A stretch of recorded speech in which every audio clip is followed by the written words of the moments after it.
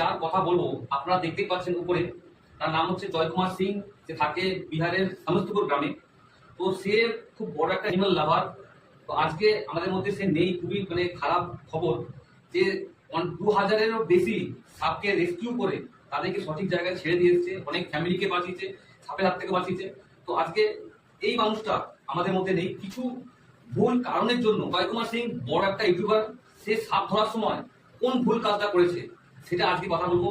তো যারা অ্যানিমাল লাভার, যারা সাপ ধরছে, তাদেরকে রেস্কিউ করছে, তো তাদের কোন ভুল কাজটা করা উচিত নয় আজকে তার ব্যাপারে কথা বলবো। কিন্তু বেশিরভাগ জায়গায় ওই বিষাক্ত সাপে কিন্তু মেরে ফেলা হয়।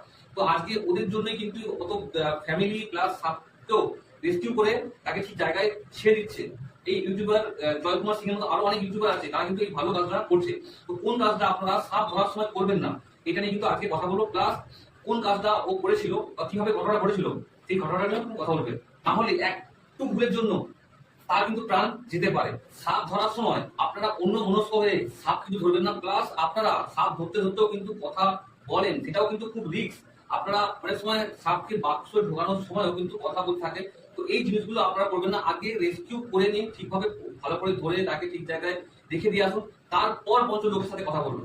না হলে কিন্তু আপনাদেরই প্রাণ যেতে পারে। তার জীবনকে ঝুঁকিপূর্ণ রেখে সে কিন্তু দুটো ফ্যামিলিকে বাঁচায়। এক হচ্ছে তার যেই ঘরে সাপ ছিল সেই ফ্যামিলিকে বাঁচায়, প্লাস ওই সাপটাও কিন্তু বাঁচিয়েছে।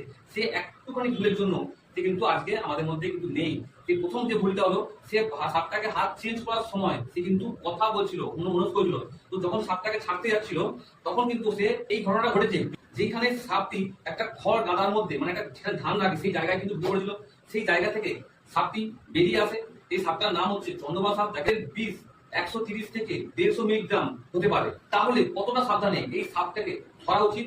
প্লাস একটু ভুলের জন্য আজকে ওর হাত থেকে ফসকে গিয়ে তার হাতেই কিন্তু কামড়ে দেয়। যারা সাপকে রেস্কিউ করে তাদের কাছে কিন্তু কিছু জিনিসপত্র রাখা উচিত, যাতে আমরা ওই সময় কিছুটা জিনিস আমরা যাতে ট্রিটমেন্ট করতে পারি।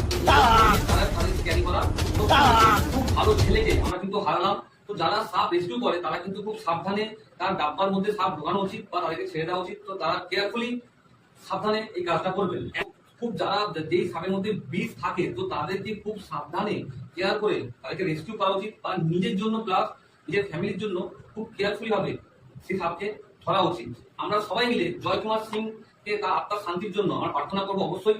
আর যত অ্যানিমাল লাভার আছে তারা কিন্তু খুব সাবধানে খুব কেয়ারফুলি হ্যান্ডেলিং করবে।